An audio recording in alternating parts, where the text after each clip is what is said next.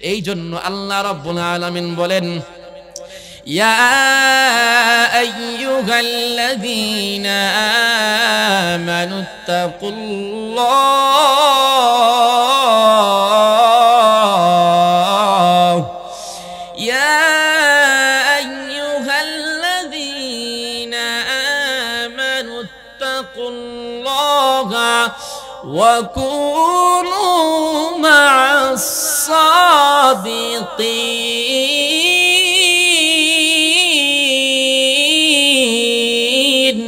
আল্লাহ রাব্বুল আলামিন বলেন, হে ঈমানদারগণ, তোমরা আল্লাহ তাআলাকে ভয় করো এবং নেককারদেরকে তোমাদের বন্ধু বানাও, নেককারদেরকে তোমাদের সঙ্গী বানাও।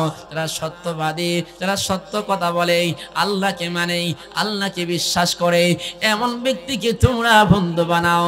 এমন ঘোষণা দিয়েছেন আল্লাহ তাআলা। অন্য আয়াতে বলেন, ইয়া আইয়ুহাল্লাযীনা আমানু ওয়াবতাগু ইলাইহিল ওয়াসিলা। হে আমার বান্দারা, তোমরা শুনো রে, তোমরা ওয়াসিলা তালাশ করো, ওয়াসিলা তালাশ করো। কারণ কি জানো নি? আমাদের নবীজি রাহমাতুল লিল আলামিন হযরত আলী কাররামাল্লাহু ওয়াজহু বলেন, রে আলী, তুমি হলা আনা মাদিনাতুল ইলমি ওয়া আলিয়্যুন বাবুহা। হযরত আলী রাদিয়াল্লাহু তাআলা আনহু কে বলেন, রে আলী, শুনো রে, শুনো, আমি হলাম মদিনার ইলমের শহর, আর সেই শহরের দরজা হলে হযরত আলী। তোমাকে বলতেছেন, হযরত আলী রাদিয়াল্লাহু তাআলা আনহু কে বলতেছেন। এতে বোঝা গেল ইলমের শহর হলো আমাদের নবীজি, আর সেই শহরের দরজা হলো হযরত আলী, দরজা হলো সাহাবী হযরত আলী। এতে বোঝা গেল শহরের মধ্যে প্রবেশ করতে হলে সাহাবায়ে কেরামদের অনুসরণ, অনুকরণ প্রয়োজন আছে। এই জন্য আমার আল্লাহ রাব্বুল আলামিন সাহাবায়ে কেরামদের কথা বলতে গিয়ে বলেন, সাহাবায়ে কেরামদের প্রতি আমার আল্লাহ তাআলা সন্তুষ্ট হয়ে গেছেন। আল্লাহ তাআলা সাহাবায়ে কেরামদের সম্পর্কে বলেন, রাদিয়াল্লাহু আনহুম ওয়া রাদু আন। অর্থাৎ সাহাবায়ে কেরামদের প্রতি আল্লাহ তাআলা সন্তুষ্ট হয়ে গেছেন, আর সাহাবায়ে কেরামরাও আল্লাহর প্রতি সন্তুষ্ট হয়ে গেছেন। সুবহানাল্লাহ। শুধু তা নয়, শুধু তা নয়, সাহাবায়ে কেরামদের ব্যাপারে আমার আল্লাহ রাব্বুল আলামিন দুনিয়ার মধ্য থেকে তাদেরকে জান্নাতের সার্টিফিকেট দিয়ে দিলেন। এর মধ্যে 10 জন সাহাবায়ে কেরাম আছে, 10 জন সাহাবায়ে কেরাম যাদেরকে আশায়ে মুবাশশারা বলা হয়। আল্লাহ রাব্বুল আলামিন তাদেরকে দুনিয়া থেকে জান্নাতের সার্টিফিকেট দিয়ে সুসংবাদ দিয়ে দিলেন। সুবহানাল্লাহ। এর মধ্যে হযরতে আলী ছিলেন, এর মধ্যে রাসূলের সাহাবী হযরত আবু বকর, হযরত ওমর, হযরত আলী, হযরত ওসমান রাদিয়াল্লাহু তাআলা আনহুম সহ আরো প্রায় 6 জন সাহাবী আছে, যাদেরকে বলা হয় আশারায়ে মুবাশশারা। 10 জন জান্নাতের, দুনিয়ার মধ্য থেকে জান্নাত পাওয়া সাহাবী। আল্লাহু আকবার, আল্লাহু আকবার।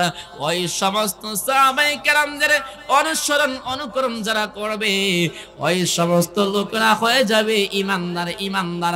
আল্লাহ তাআলা কোরআনে বলেন, ওয়া ইযা قيل لهم آمنوا كما آمن الناس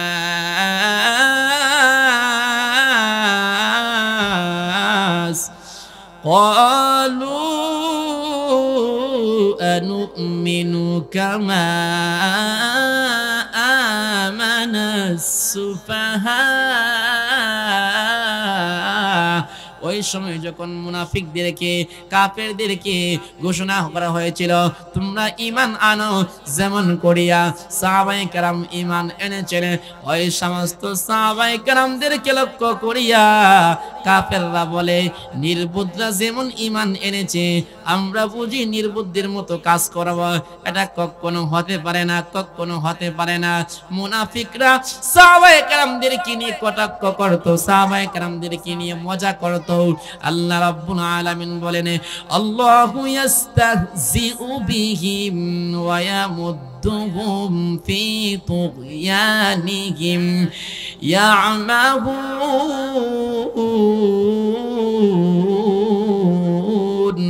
আল্লাহ তাআলা ওই সমস্ত নির্বুদ্ধ যারা আল্লাহর রাসূলকে নিয়ে সাহাবায়ে কেরামদেরকে নিয়ে মজা করত, স্বয়ং আল্লাহ তাআলা ওই সমস্ত নির্বুদ্ধের ব্যাপারে মজা করে, কিন্তু আল্লাহ তাআলা তাদেরকে ঢিল দিয়েছেন, আল্লাহ তাআলা তাদেরকে একটু সময় দিয়েছেন, অবকাশ দিয়েছেন, কিন্তু তারা বোঝে না। এই সমস্ত সাহাবায়ে কেরামদেরকে তারা নির্বুদ্ধ বলতো।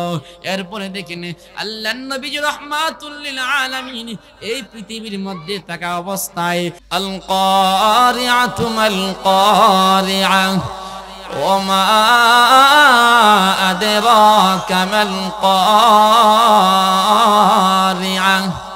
আল্লাহ রাব্বুল আলামিন বলেন আল কারিআ, খটখট আওয়াজ, মাল কারিআ, খটখট আওয়াজ বলতে কি এই যে শব্দটা ওমা আদরাকা মাল কারিআ, আল্লাহ রাব্বুল আলামিন আপনার আমার নবীজিকে বলেন, নবী গো আপনি কি জানেননি এই খটখট আওয়াজ কি? আল্লাহ রাব্বুল আলামিন কিয়ামতের আলোচনার মধ্যে তুলে ধরেছেন আল কারিআর মধ্যে, অর্থাৎ আল কারিআ মানে এমন একটি শব্দ যেই শব্দটা যখন মানুষ শুনতে পাইবে, যেই সমস্ত মানুষগুলা কাজ করতেছিল কাজ বন্ধ করে দিয়ে সে অন্যদিকে মনোযোগী হয়ে যাবে। কাল কিয়ামতের ময়দানের অবস্থা কেমন হবে এর পূর্বে বলতেছি, যখন কিয়ামতের ভূমিকম্পন শুরু হয়ে যাবে, যেই সমস্ত মানুষগুলা পাঁচতলা বিল্ডিং এর উপরের মধ্যে বসবাস করত, ওই সময় যখন আল কারিআ এই শব্দটা হবে, মানুষ বিল্ডিং এর উপর থেকে নিচে আয়েশা বসবে, আয়েশা মনেকে বলবে আচ্ছা আওয়াজটা কোথায় হয়েছে?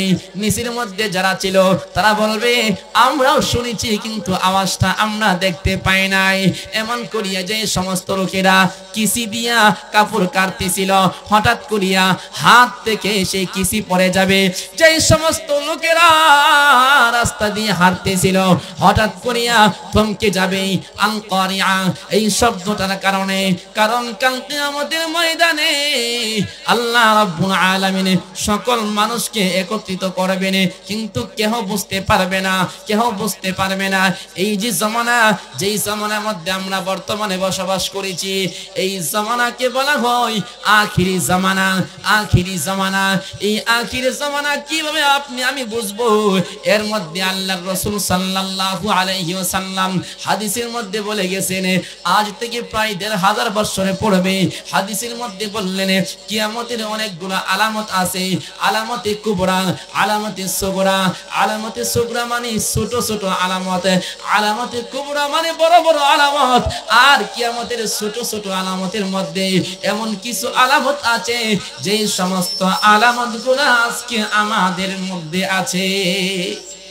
আসুন এই মুহূর্তে আমরা যাব আলামতে সুগরা কি, অর্থাৎ কিয়ামতে যেই সমস্ত আলামতগুলো প্রকাশ পাবে এবং কিয়ামত হবে, ওই আলামতের মধ্যে কিছু আলামত হলো ছোট, কিছু হলো বড়। ছোট ছোট আলামতের মধ্যে আল্লাহর রাসূল সাল্লাল্লাহু আলাইহি সাল্লাম হাদিসের মধ্যে বলেন ইরাত্তাখিদাল ফাইউ দিওয়ালা, এমন একটি সময় আসবে যেই সময়ে মানুষ যুদ্ধলব্য সম্পদকে, রাষ্ট্রীয় সম্পদকে নিজের সম্পদ মনে করবে, রাষ্ট্রীয় সম্পদকে নিজের সম্পদ মনে করিয়া বাড়ি গাড়ি করবে, বড় বড় অট্টালিকা করবে, বেগম পাড়ায় বাড়ি করবে, আমেরিকা বাড়ি করবে। এই যে আলামতরা আজকে আমাদের সমাজের মধ্যে আছে না নাই? অনেকগুলো আছে। এই জন্য আল্লাহর রাসূল সাল্লাল্লাহু আলাইহি ওয়াসাল্লাম হাদিসের মধ্যে বলেন ছোট ছোট আলামতের মধ্যে দ্বিতীয় নম্বর আলামত হলো ওয়াল আমানাতু মাগনামা। কিয়ামতের ছোট আলামতের মধ্যে একটি আলামত হলো মানুষ গনিমতকে আমানত মনে করবে। অর্থাৎ কোন ব্যক্তি আপনার কাছে যখন কোনো কিছু গনিমত মনে করবে, ওই ব্যক্তি এই গনিমত জিনিসটাকে নিজের মনে করবে, নিজের মনে করিয়া ব্যবহার করবে। এমন কি আপনি যখন 1 মাস পরে তার কাছে যাইবেন এবং বলবেন যে আব্দুল হাফিজ ভাই আমার টাকাটা দেন না, তখন আপনি বলবেন কিসের টাকা? অর্থাৎ আপনি এখানে মধ্যে নিজের মনে করিয়ে ব্যবহার করেছেন, টাকা আপনার কাছে নাই, শুধু আপনার আলামত না, এই সমস্ত কাজ আমার মধ্যে কিন্তু থাকবে। কিন্তু এই জন্য বলতেছিলাম এই সমস্ত আলামত গুলা মানুষের মধ্যে প্রকাশ পাবে।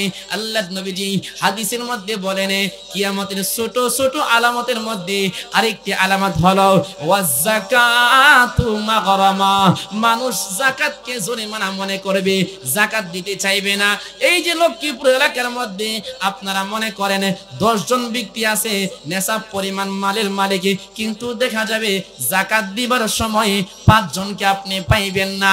অনেক অনেক মানুষ আছে যাকাত দিয়ে কিভাবে জানেননি, রমজান মাস আসলে 500 লুঙ্গি কিনে, এমন করিয়া শাড়ি কিনে, কাপড় কিনে, তবে কাপড় যে কিনে সবগুলা কম দামি, আছে না কম দামি। যাকাত দিয়ে কিভাবে যে 100 টাকা 200 টাকা 300 টাকার মধ্যে লুঙ্গি শাড়ি এগুলা কিনা মানুষদেরকে জমায়েত করে, এরপরে সকলকে বলে যে এই বছর আমি 500 লোকদেরকে যাকাত দিয়েছি।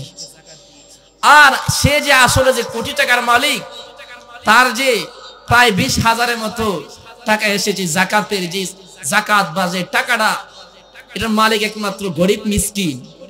কিন্তু সে নিজের পক্ষ থেকে অল্প কিছু কাপড় ক্রয় করে মানুষদেরকে দান করে, আর বলতেছি কি আমি যাকাত দিয়ে দিছি।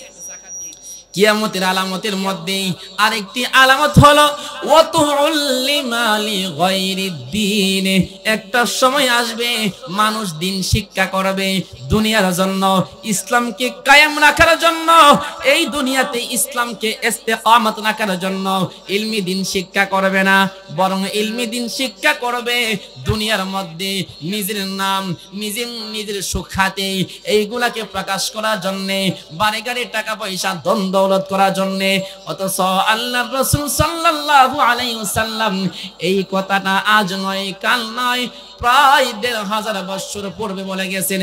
শুধু তা নয়, আল্লাহর নবীজি সাল্লাল্লাহু আলাইহি ওয়াসাল্লাম বলেন কিয়ামতের ছোট আলামতের মধ্যে আরেকটি আলামত হলো ওয়া আতা'আর রাজুলু ইমরাআতাহু, পুরুষগণ স্ত্রীর আনুগত্য করবে, স্ত্রী যদি বলে আজকে তুমি বাজারে যাইও না, স্বামী যাবে না, স্ত্রী যেভাবে বলবে স্বামী তেমন করিয়া শুনবে।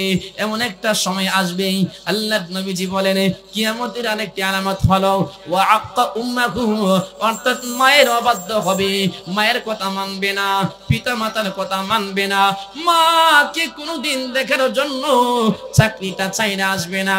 কিন্তু মাসের মধ্যে মাস যখন বাড়িতে আসবে, শ্বশুর বাড়িতে গেলে শাশুড়ির জন্য নিয়ে যাবে মিষ্টি, নিজের মায়ের জন্য নিবে না শুটকি, এমন আসেনি? অর্থাৎ নিজের মায়ের জন্য শুটকিও নিবে না, শাশুড়ির জন্য আম্মুজান বলিয়া শ্বশুর বাড়িতে যাবে, শাশুড়ি বাড়িতে যাবে, মিষ্টি নিয়ে যাবে। মায়ের জন্য মিষ্টি নিলে অন্তরটার মধ্যে পুরাইব, আহা কি জন্য এত টাকা দিয়ে মিষ্টি কিনলাম। এমন একটা সময় আসবে, আল্লাহর রাসূল সাল্লাল্লাহু আলাইহি ওয়াসাল্লাম বলেন ওয়া আদেনা সাদিকাহু, অর্থাৎ মানুষগণ তার বন্ধুকে আপন বানাইবে, পিতাকে দূরে সরে দিবে, পিতাকে আপন বানাইবে না। অর্থাৎ কোন একটা কাজ করতে হলে পরামর্শ করবে বন্ধুর সঙ্গে, পিতার সঙ্গে না। এমন একটা সময় আসবে মানুষ পিতা মাতাকে দূরে রাখবে, বন্ধুকে কাছে বানাইবে। অথচ আল্লাহর রাসূল সাল্লাল্লাহু আলাইহি ওয়াসাল্লাম হাদিসের মধ্যে বলেন পিতা মাতা হলো তোমার জন্য জান্নাত, আর পিতা মাতা হলো তোমার জন্য জাহান্নাম। পিতা মাতা কখন তোমার জন্য জান্নাত? যখন তুমি তাদের অনুগত করবে, খেদমত করবে। আর সেই পিতা মাতার নিচে আল্লাহর রাসূল বলেন আল জান্নাতু তাহতা আকদামিল উম্মাহাত, অর্থাৎ মায়ের পায়ের নিচে হলো জান্নাত। কিন্তু আজকে সমাজের মধ্যে দেখা যায় এই বিষয়টা আজকে আমাদের মধ্যে নাই, যাহার কারণে সন্তানগুলো পিতামাতার মধ্যে পিতামাতার খেদমত করে না। এরপরে দেখেন আল্লাহর রাসূল সাল্লাল্লাহু আলাইহি ওয়াসাল্লাম বলেন কিয়ামতের ছোট ছোট আলামতের মধ্যে আরেকটি আলামত হলো ওয়া সাদাল কবিলাতা ফাসিকুহুম ওয়া কানা যাঈমুল কওমি আরজালাহুম। কিয়ামতের ছোট আলামতের মধ্য থেকে একটি আলামত হলো ওই সময় ফাসিক ফুজ্জার গুনাহগারদেরকে মানুষ সরদার বানাইবে। ওই সময় গাঁজাখোর ইয়াবাখোররা বড় বড় নেতা হয়ে যাবে। ওই সময় মানুষগুলা বড় বড় নেতা হবে এমন ব্যক্তি, যেই ব্যক্তি নামাজ পড়ে না, যেই ব্যক্তি কোরআন সুন্নাহর ইলম নাই, এমন ব্যক্তি সে সরদার হবে, এমন ব্যক্তি সরদার হবে। শুধু তা নয়, কিয়ামতের আরেকটি আলামত হলো মানুষ ওই সময় সম্মান করবে মানুষকে তার অনিষ্টতা থেকে বাঁচানোর জন্য, তার অনিষ্টতা থেকে বাঁচানোর জন্য। যেমন করিয়া একজন ব্যক্তির ছেলে আছে 5 জন, তার বংশটা অনেক বড়, তার টাকা পয়সা অনেক বেশি। তখন ওই ব্যক্তিটাকে রাস্তায় দেখলে সালাম দিবে, রাস্তায় দেখলে বড় ভাই বলিয়া আসেন না, চাটা খাইয়া যান, এই কথা বলবে। কারণ কি জানেননি, ওই ব্যক্তির 5টা ছেলে আসে, 5টা ছেলে আছে, বড় একটা বংশ আছে, তার লাঠি আছে বেশি, টাকা আছে বেশি। এই জন্যে বাড়িতে গিয়ে বলবে যে আব্দুল করিম আমাকে সালাম দিছে, ওকে তোরা দেখে রাখিস, এই কথা বলবে। এই জন্য একে অপরকে সালাম দিবে বা সম্মান করবে। কারণ কিয়ামতের আলামত তথা কিয়ামতের আরেকটি আলামত হলো এমন একটা সময় আসবে ওয়াজাহারাতিল আসওয়াতু ফিল মাসাজিদ, মানুষগুলা মসজিদের মধ্যে বসিয়া শোরগোল করবে, হট্টগোল করবে, আওয়াজ করবে, শব্দ করবে। যেমন কথার কথা আজকে সমাজের মধ্যে দেখা যায়, অনেক অনেক মসজিদ আছে যেখানে দেখা যায় মুসল্লিরা মসজিদে আসে, দেখবেন আসার পরে তারা দেখবে 10 মিনিট সময় আছে, তখন আপনার উল্লি দিয়ে বসে, কেবলা দিক হয়ে বসে, আবার অনেক সময় কেবলার দিকে পিঠটা কইরা বসে। বৈশা দেখে মুসল্লি নাই, তখন কি বলে, কিরে মুসল্লি কম দেখা যা। আরে আরে এখন তো জমিনে কাজ বেশি, জমিনে কাজ করতেছে। আরে এই জন্য দেখছি আজকে কলিমুদ্দিনে ক্ষেতের মধ্যে পানি নাই, আজকে পানি দিতেছি। দেখা গেছে কি আপনার মসজিদের মধ্যে বৈশা কার ক্ষেতে পানি নাই, কার ক্ষেতে পানি বেশি আছে না নাই, মানে শাস্ত্রের সমস্ত আলাপগুলা মসজিদে করে। এটা হলো কিয়ামতের আরেকটি একটি আলামত। আল্লাহর রাসূল সাল্লাল্লাহু আলাইহি ওয়াসাল্লাম বলেন কিয়ামতের আরেকটি হলো ওয়ায়াকতুরুজ জিনা, জিনা বেড়ে যাইব। জিনা জানেননি, জিনা তো অনেক প্রকার, অর্থাৎ কিয়ামতের আলামতের মধ্যে একটা হলো কি, জিনা বেড়ে যাইব। মানুষ জিনা করবে রাস্তায় হাইটা হাইটা, মানুষ জিনা করবে গড়ে বৈশা বৈশা, জিনা করবে কথা বলিয়া, জিনা করবে মানুষ দৃষ্টি দিয়া, জিনা করবে হাত দিয়া স্পর্শ করিয়া, জিনা করবে কান দিয়া, নাক দিয়া, অর্থাৎ এমন করিয়াও জিনা করা যায়। কথা বলার মাধ্যমে জিনা করা যায়, এটা হলো কথার জিনা। আর চোখের মাধ্যমে জিনা করা যায়, এটা হলো দেখার জিনা। কান দিয়াও জিনা করা যায়, এটা হলো খারাপ কথা, অর্থাৎ অশ্লীল কথা শোনার দ্বারা, শ্রবণ করার দ্বারা। নাক দিয়েও জিনা করা যায়, এটা হলো ঘ্রাণ নেওয়ার দ্বারা। এই সমস্ত আলামত গুলা কিয়ামতের ছোট ছোট আলামত। আল্লাহর নবীজি রাহমাতুল লিল আলামিন বলেন এমন একটা সময় আসবে ওয়াকিল্লুল রাজুলু, অর্থাৎ কিয়ামতের আগে পুরুষ কমে যাবে আর মহিলাগণ বেড়ে যাবে। এই যে সমাজ, এই সমাজের মধ্যে আজকে পুরুষের চাইতে নারীগণ অনেক বেশি। বিশেষ করে আমরা জানি এই যে ব্রাহ্মণবাড়িয়ার মধ্যে, আপনারা অনেকে হয়তো নাও জানেন যে পুরুষের চাইতে প্রায় 1,36,000 মহিলা বেশি, 1,36,000 মহিলা বেশি বিবারের মধ্যেই। আল্লাহর রাসূল সাল্লাল্লাহু আলাইহি ওয়াসাল্লাম এই কথাটা আজ নয় কাল নয়, প্রায় 1,500 বছর আগে এই কথাটা বলে গেছেন যে এমন একটা সময় আসবে, যদিও নবীজি ব্রাহ্মণবাড়িয়া বলে নাই, যদিও আল্লাহর নবীজি এই বিজয়নগর বলে নাই, কিন্তু এমন একটা সময় আসবে পুরুষের চাইতে নারীগণ বেড়ে যাইবে। এগুলা হলো ছোট ছোট আলামত। কিয়ামতের মধ্যে আরো অনেকগুলা আলামত আছে, যেগুলাকে বলা হয় আলামতে কুবরা, বড় বড় আলামত। আলামতে কুবরার মধ্যে একটি আলামত হলো এই দুনিয়ার মধ্যে দাজ্জাল নামক নাফরমান এই দুনিয়ার মধ্যে আত্মপ্রকাশ ঘটাবে। এর মধ্যে হাদিসের মধ্যে এসেছে, আল্লাহর নবী সাল্লাল্লাহু আলাইহি ওয়াসাল্লাম বলেন দাজ্জাল এই পৃথিবীর মধ্যে খুরাসান অথবা সিরিয়া এবং ইরাকের মধ্যবর্তী স্থান থেকে সে আত্মপ্রকাশ করবে। দাজ্জাল যখন পৃথিবীর মধ্যে আগমন করবে, তখন তার কিছু চিনার আলামত আছে। প্রথমত তার একটি চক্ষু থাকবে কানা, কেউ কেউ বলেন যে এই চক্ষুটা একবারে অন্ধই থাকবে। দাজ্জাল তার এই কপালের মধ্যে লেখা থাকবে কাফ ফা রা, অর্থাৎ 3টা অক্ষর লেখা থাকবে, অর্থাৎ কাফের লেখা থাকবে। দাজ্জাল যখন পৃথিবীর মধ্যে আগমন করবে, আল্লাহর নবীজি সাল্লাল্লাহু আলাইহি ওয়াসাল্লাম কে সাহাবায়ে কেরাম বলেন, ইয়া রাসূলুল্লাহ ওগো ইয়া হাবিবাল্লাহ, দাজ্জাল যখন দুনিয়ার মধ্যে আগমন করবে, এর উপরে সেই দাজ্জাল দুনিয়াতে কতদিন অবস্থান করবে? আল্লাহর নবীজি বলেন, দাজ্জাল দুনিয়ার মধ্যে অবস্থান করবে 40 দিন। 40 দিনে এর মধ্যে প্রথম দিনটা হবে প্রায় 1 বছরের মতো, দ্বিতীয় দিনটা হবে এই দুনিয়ার 1 মাসের মতো, তৃতীয় দিনটা হবে এই দুনিয়ার 1 সপ্তাহের মতো। আল্লাহর নবীজি রাহমাতুল লিল আলামিন বলেন, দাজ্জালের চতুর্থ দিন হবে সাধারণ যে আমাদের দিন আছে এই দিনের মতো, অর্থাৎ প্রায় 40 দিন এই দুনিয়ার মধ্যে বসবাস করবে। দাজ্জাল যেখানে যাবে সেখানে মানুষদেরকে বলবে, আমি তোমাদেরকে খোদা, আমি তোমাদের খোদা, আমি তোমাদেরকে বাঁচাবো, রক্ষা করব, এই কথা বলবে। দাজ্জাল যখন হাঁটবে, আল্লাহর নবীজি সাল্লাল্লাহু আলাইহি ওয়াসাল্লাম বলেন, দাজ্জালের একটি হাতের মধ্যে থাকবে আগুন আর একটি হাতের মধ্যে থাকবে বাগান। আর দাজ্জাল এই দুইটা দৃশ্য দেখায় বলবে, এই আগুন হলো জাহান্নাম, এই বাগান হলো জান্নাত। জোরে বলি নাউজুবিল্লাহ। অর্থাৎ এই যে আগুন, আল্লাহর পরিভাষা অনুযায়ী এই আগুন হবে জান্নাত, আর যে বাগান রয়েছে দাজ্জালের বাগান, আল্লাহর পরিভাষা অনুযায়ী সেই বাগান হবে জাহান্নাম।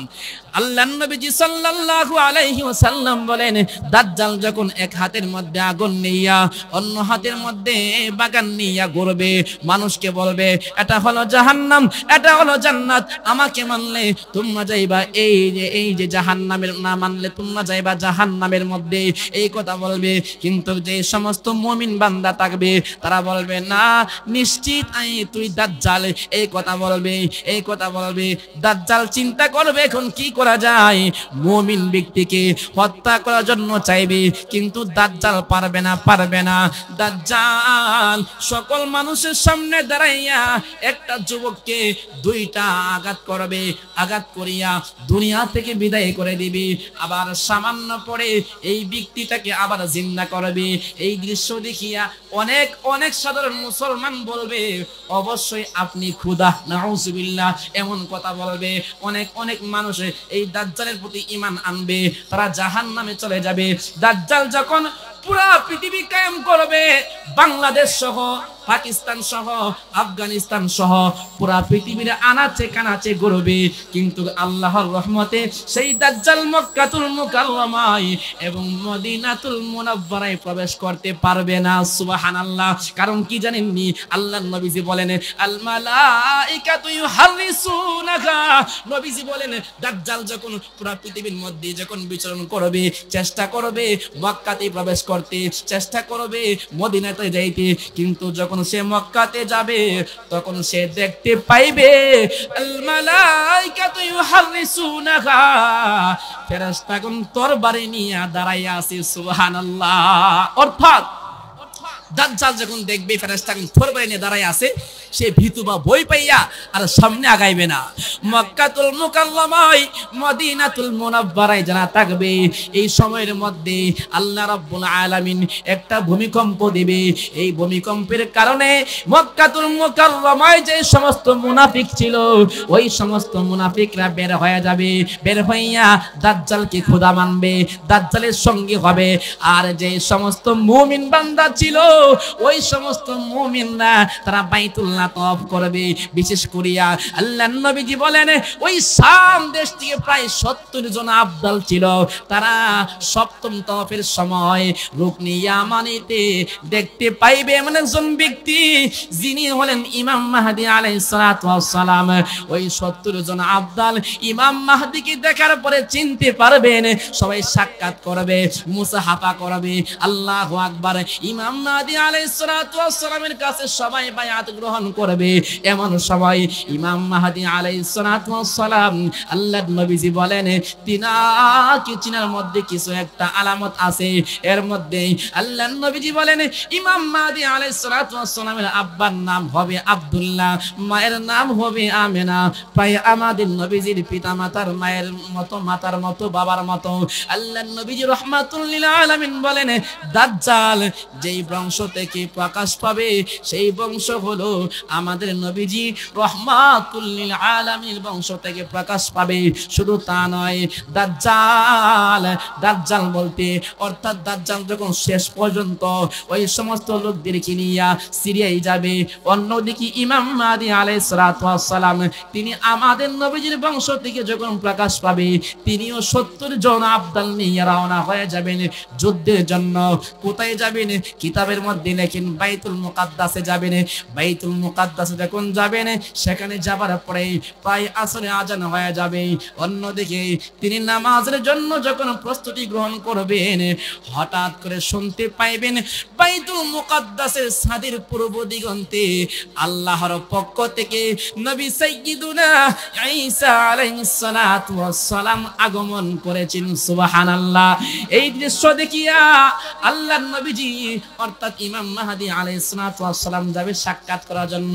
গিয়া দেখবেন হযরত ঈসা আলাইহিস সালাতু ওয়াস সালামের এই যে মাথার চুল থেকে টপ টপ করিয়া পানি পড়তেছে, কি জন্য জানেননি?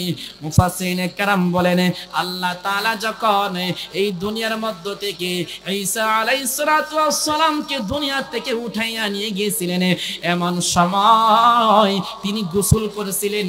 আল্লাহ তাআলা তিনাকে আসমানের মধ্যে এমন করিয়া রেখেছেন এখনো পর্যন্ত তিনার চুল থেকে সেই গোসলের পানিগুলা ঠপকায়া ঠপকায়া পড়তেছে। আসরের নামাজের জন্য ইমাম মাহদী আলাইহিস সালাতু ওয়াস সালাম বলবেন আপনি নামাজ পড়ান, কিন্তু ঈসা আলাইহিস সালাতু ওয়াস সালাম বলবে না না না, আমি আপনাদের কাছে নবী হইয়া আসি নাই, বরং ইমামুকুম মিনকুম, তোমাদের মধ্য থেকে একজন ইমাম হবে আর আমি এসেছি অর্থাৎ আমাদের নবীজির উম্মত হয়ে। সুবহানাল্লাহ।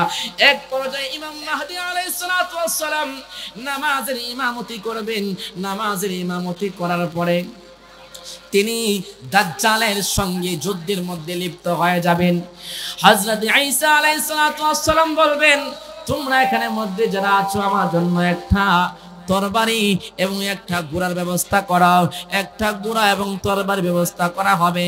আল্লাহর নবীজি হযরত ঈসা আলাইহিস সালাতু ওয়াস সালাম তিনি তরবারি নিয়া যখন ময়দানে যখন অবতরণ করবেন এমন সময় দাজ্জালের সমস্ত গোষ্ঠী যাহা কিছু আছে সকল কিছু তিনাকে দেখা এমন ভয় পাওয়া পাইবে যে আল্লাহর নবীজি সাইয়্যিদুনা ঈসা আলাইহিস সালাতু ওয়াস সালামকে আল্লাহ তাআলা উনার শ্বাসের মধ্যে এত বড় প্রতিক্রিয়া দান করবেন, এত শক্তি দান করবেন যে উনার শ্বাস যে কাফের শরীরের মধ্যে স্পর্শ করবে ওই কাফের সঙ্গে সঙ্গে দুনিয়া ছাড়িয়া অর্থাৎ দুনিয়া ছাড়িয়া পরকালে জাহান্নামে চলে যাবে। আল্লাহর নবীজি সাইয়্যিদুনা ঈসা আলাইহিস সালাতু ওয়াস সালাম তিনি যখন শ্বাস ছাড়বেন আর এই শ্বাসগুলো যখন কাফের শরীরের মধ্যে যখন স্পর্শ করবে সেই কাফের সঙ্গে সঙ্গে মারা যাবে। এই দৃশ্য দেখিয়া দাজ্জাল ভয় পাইবে, দাজ্জাল ভয় পাইবে। শেষ পর্যন্ত আল্লাহর নবী ঈসা আলাইহিস সালাতু ওয়াস সালাম এই দাজ্জালকে বাইতুল লুদ নামক দরজার সামনে তিনি সেই দাজ্জালকে হত্যা করবেন, দুনিয়া থেকে বিদায় করে দিবেন। আল্লাহর নবীজি রাহমাতুল লিল আলামিন সাইয়্যিদুল মুরসালিন নবিয়ুনা ঈসা আলাইহিস সালাতু ওয়াস সালাম করে ফেলবেন। এরপরে পুরা পৃথিবী থাকবে মুসলমানদের, পুরা পৃথিবী থাকবে মুসলমানদের। এই মুসলমানরা বিজয় করবে। এই দুনিয়ার মধ্যে যত কিছু আসুক না কেন এই পৃথিবীর মধ্যে একমাত্র ইসলাম থাকবে, ইসলাম থাকবে। কিন্তু এরপরে আরো কিছু আলামত আছে। ইয়াজুজ মাজুজ দুনিয়ার মধ্যে আগমন করবে, তারাও শেষ পর্যন্ত শেষ হয়ে যাবে।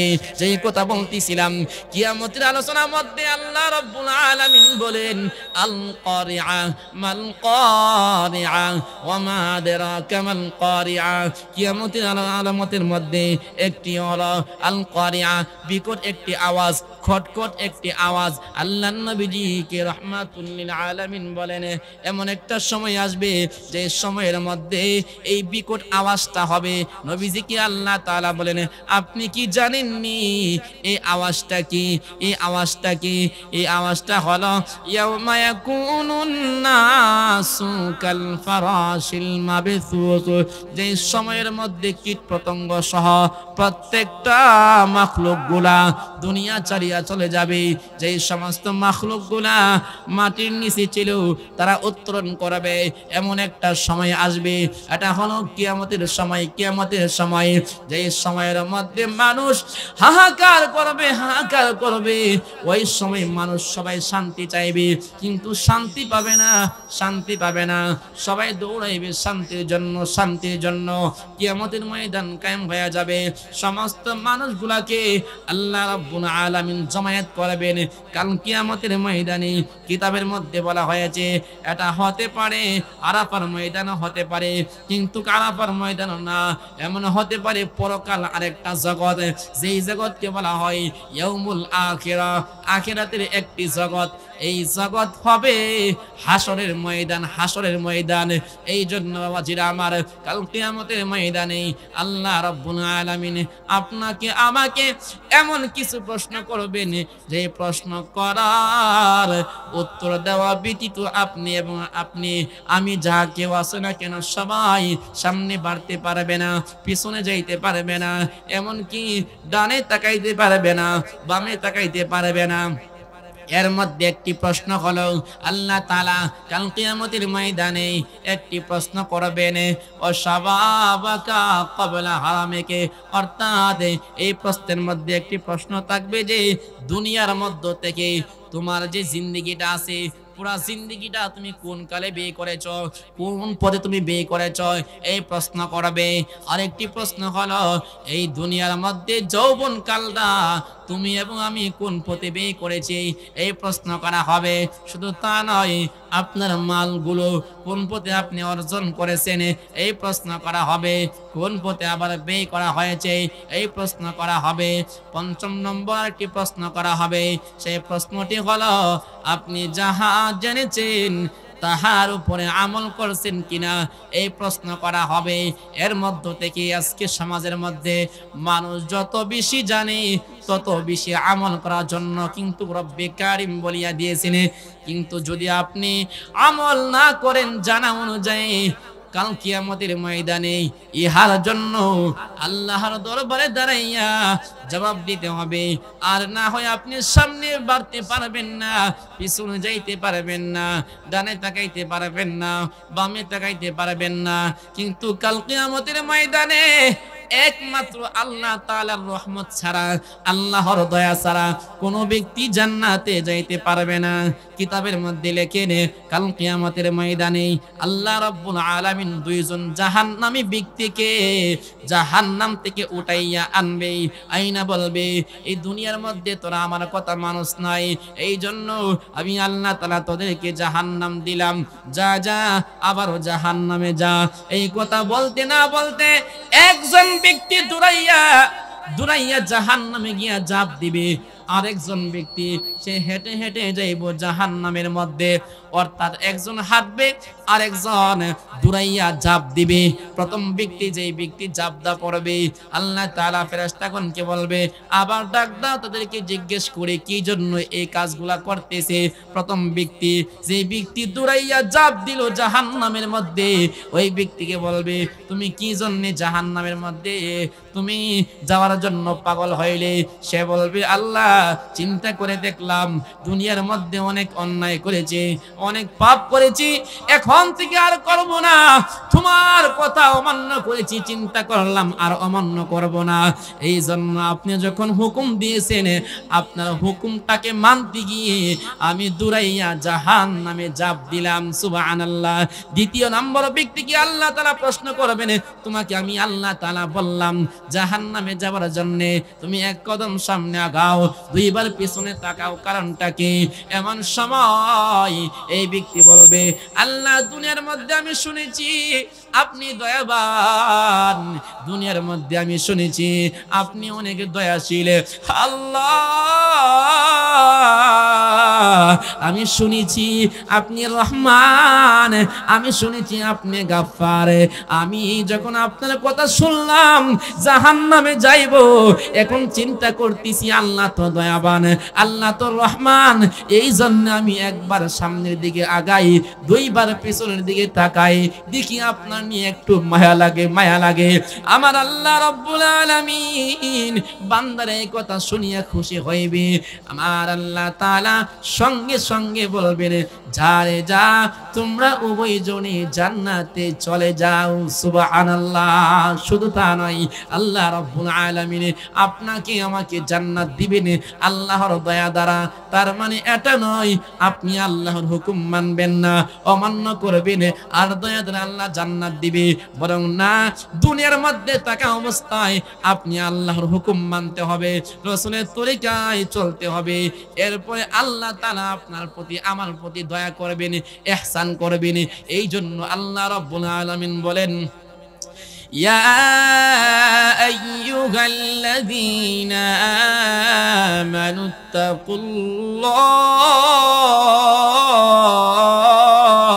আমানুত্তাকুল্লাহ, ইয়া আইয়ুহাল্লাযীনা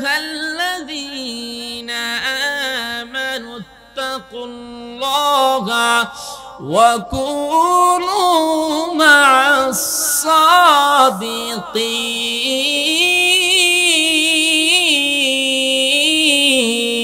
সাদিকিন।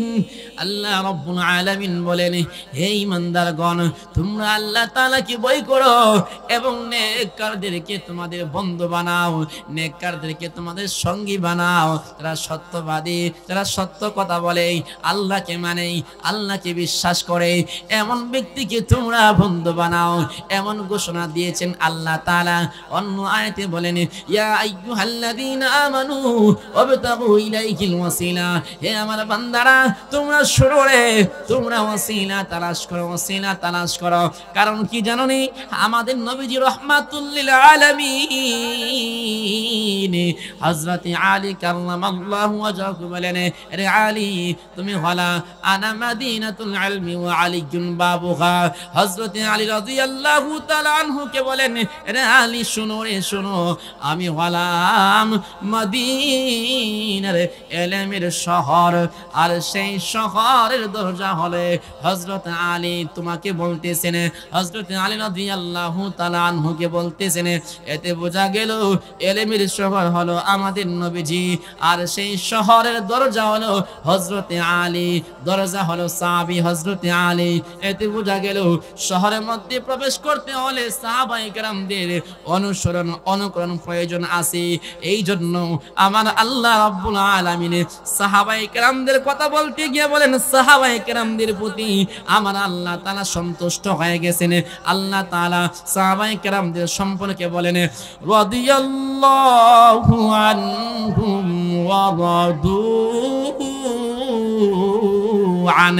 অর্থাৎ সাহাবায়ে কেরামদের প্রতি আল্লাহ তাআলা সন্তুষ্ট হয়ে গেছেন, আর সাহাবায়ে কেরামরাও আল্লাহর প্রতি সন্তুষ্ট হয়ে গেছেন। সুবহানাল্লাহ। শুধু তা নয়, শুধু তা নয়, সাহাবায়ে কেরামদের ব্যাপারে আমার আল্লাহ রাব্বুল আলামিন দুনিয়ার মধ্য থেকে তাদেরকে জান্নাতের সার্টিফিকেট দিয়ে দিলেন। এর মধ্যে 10 জন সাহাবায়ে কেরাম আছে, 10 জন সাহাবায়ে কেরাম যাদেরকে আশায়ে মুবাশশারা বলা হয়। আল্লাহ রাব্বুল আলামিন তাদেরকে দুনিয়া থেকে জান্নাতের সার্টিফিকেট দিয়ে সুসংবাদ দিয়ে দিলেন। সুবহানাল্লাহ। এর মধ্যে হযরতে আলী ছিলেন, এর মধ্যে রাসূলের সাহাবী হযরত আবু বকর, হযরত ওমর, হযরত আলী, হযরত ওসমান রাদিয়াল্লাহু তাআলা আনহুম সহ আরো প্রায় 6 জন সাহাবী আছে যাদেরকে বলা হয় আশারায়ে মুবাশশারা, 10 জন জান্নাতের দুনিয়ার মধ্য থেকে জান্নাত পাওয়া সাহাবী। আল্লাহু আকবার, আল্লাহু আকবার। ওই সমস্ত সাহাবায়ে কেরামদের অনুসরণ অনুকরণ যারা করবে ওই সমস্ত লোকরা হয়ে যাবে ঈমানদার, ঈমানদার। আল্লাহ তাআলা কোরআনে বলেন, ওয়া ইযা কিলা লাহুম আমিনু কামা আমানান নাস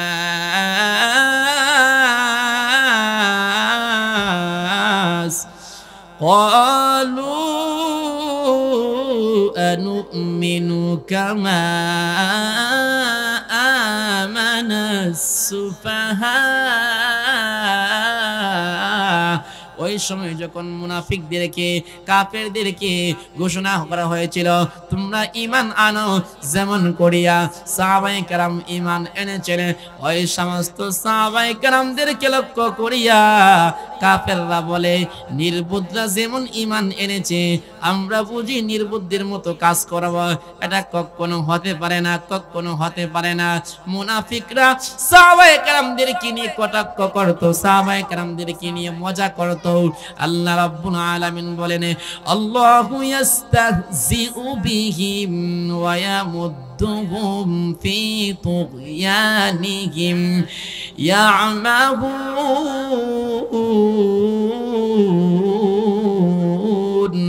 আল্লাহ তাআলা ওই সমস্ত নির্বুদ্ধ যারা আল্লাহর রাসূলকে নিয়ে, সাহাবায়ে কেরামদেরকে নিয়ে মজা করত, স্বয়ং আল্লাহ তাআলা ওই সমস্ত নির্বুদ্ধের ব্যাপারে মজা করে, কিন্তু আল্লাহ তাআলা তাদেরকে ঢিল দিয়েছেন, আল্লাহ তাআলা তাদেরকে একটু সময় দিয়েছেন, অবকাশ দিয়েছেন, অবকাশ দিয়েছেন, কিন্তু তারা বোঝে না, বোঝে না।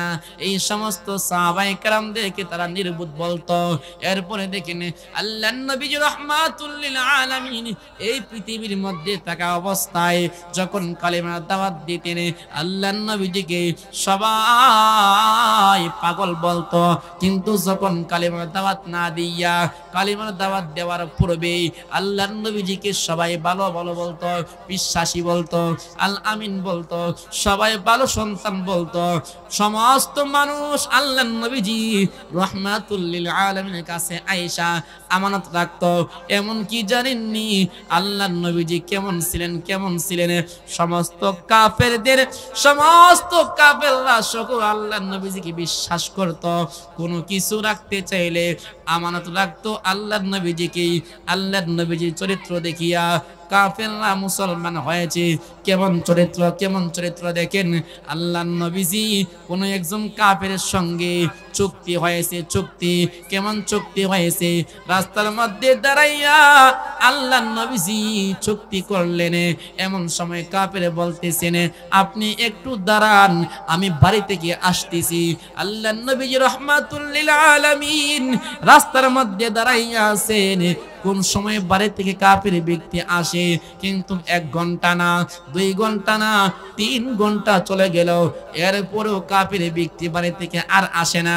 আল্লাহর নবীজি রাহমাতুল লিল আলামিন এরপরেও সেই স্থান ত্যাগ করিয়া বাড়িতে যায় নাই, স্থান ছেড়ে যায় নাই। কারণ কি জানেননি?